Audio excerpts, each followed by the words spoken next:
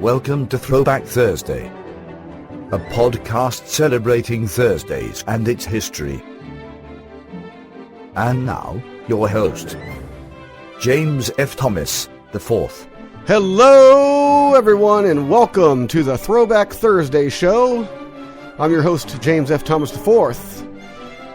Each week, I'll pick events and places from the past and help you relive them. Hashtag TBT style.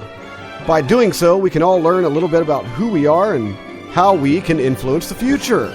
So, with that, let's get right to it, ladies and gentlemen. Today we're discussing nightclubs of New Orleans past, namely two of them. And like musicians, music clubs come and go.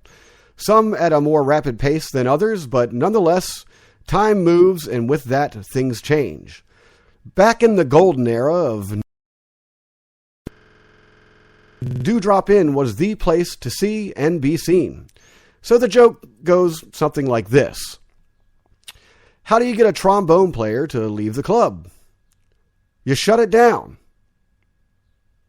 Okay, I don't hear anyone laughing, and that's not really a funny joke. I'll admit that. So, but in fact, I'm just setting up the scenario. In fact, it is actually a reality to many, actually. And as we look around New Orleans in the present day, one can't help but notice the changes going on throughout the city.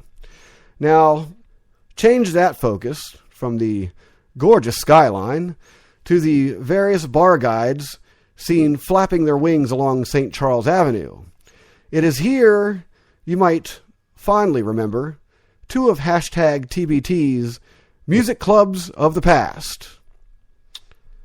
Located uptown, Benny's Blues Bar was a haven for good times. An oblong bar, foul bathrooms, and a sense of dangerous excitement gave Benny's an air of seedy authenticity, much like Snake and Jake's does these days. Except Snake and Jake's is a bit different, and we'll have a show on that one in the future. Anyhow, blues, funk, and jazz, all of which bled from the venue's crumbling walls, could be heard for blocks, if not miles. An early version of the Neville Brothers practiced nearby, as did the Meters, and patronizing by members of Galactic during their college days filled the air with a smoke-hazed renaissance. But recurring legal troubles led to changes of ownership and changes in name throughout the mid-90s. In 1997, the building's liquor license was revoked after police and neighbors testified to the extensive, quote, drunkenness, drug dealing, gunfire, trash dumping, and loud music, unquote. In 2000, during a renovation, the empty building toppled sideways onto the home next door, thus bringing an end to an era. And who can forget Ernie Cato's mother-in-law lounge on Claiborne? I can't. Cato passed away in 2001. His widow, Antoinette, ran the lounge until her own passing, which happened on Mardi Gras Day in 2009, after she brought it back to prominence following Hurricane Katrina and the floods. Her daughter, Betty Fox, took over for a while before passing it off to a one Kermit Ruffins, who has kept the dream alive under his own name, Kermit's Treme Mother-in-Law Lounge. It still offers some of the best live music one can see in the Big Easy, along with Antoinette's breezy yard decorated with bathtubs and toilets full of flowers. But I'd be indifferent not to memorialize the eccentric juke joint's apotheosis. The shrine created by Ms. Cato for her husband's #1 R&B hit in 1961, where he recovered from years of tough times to preside as the Emperor of the Universe.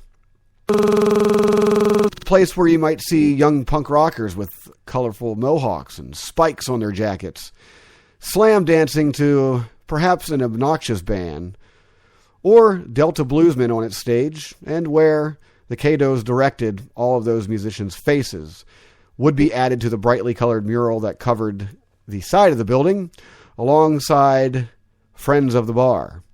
On any given night, anyone might be at the Mother-in-Law Lounge, from prestigious uptown lawyers, art rockers, and hipsters, people who just got off work just wanting to enjoy a beverage, Seventh Ward neighbors, and On one memorable occasion, according to the Times-Picayune, a hapless New York Times reporter on whom Cato called the police. They were concerned that he was secretly recording the band performing at the time, which was a practice forbidden unless special permission had been granted beforehand. The reporter was driven away in an NOPD cruiser, but he still wrote a glowing review of the famous juke joint anyway. So, ladies and gentlemen, on this Throwback Thursday, let's all spill a drink for the bygone place and places where, by royal order of the emperor, anyone could be who they were and be celebrated, no matter how strange. Thank you for tuning in today, ladies and gentlemen, to the inaugural podcast of the Throwback Thursday show. Be sure to join us every Thursday where we'll pick events and places of the past, put them all into a short but sweet podcast, and relive them through a lively reminisce. Until next time, this is James F. Thomas IV signing off for thinkslinger.org. Au revoir until next week.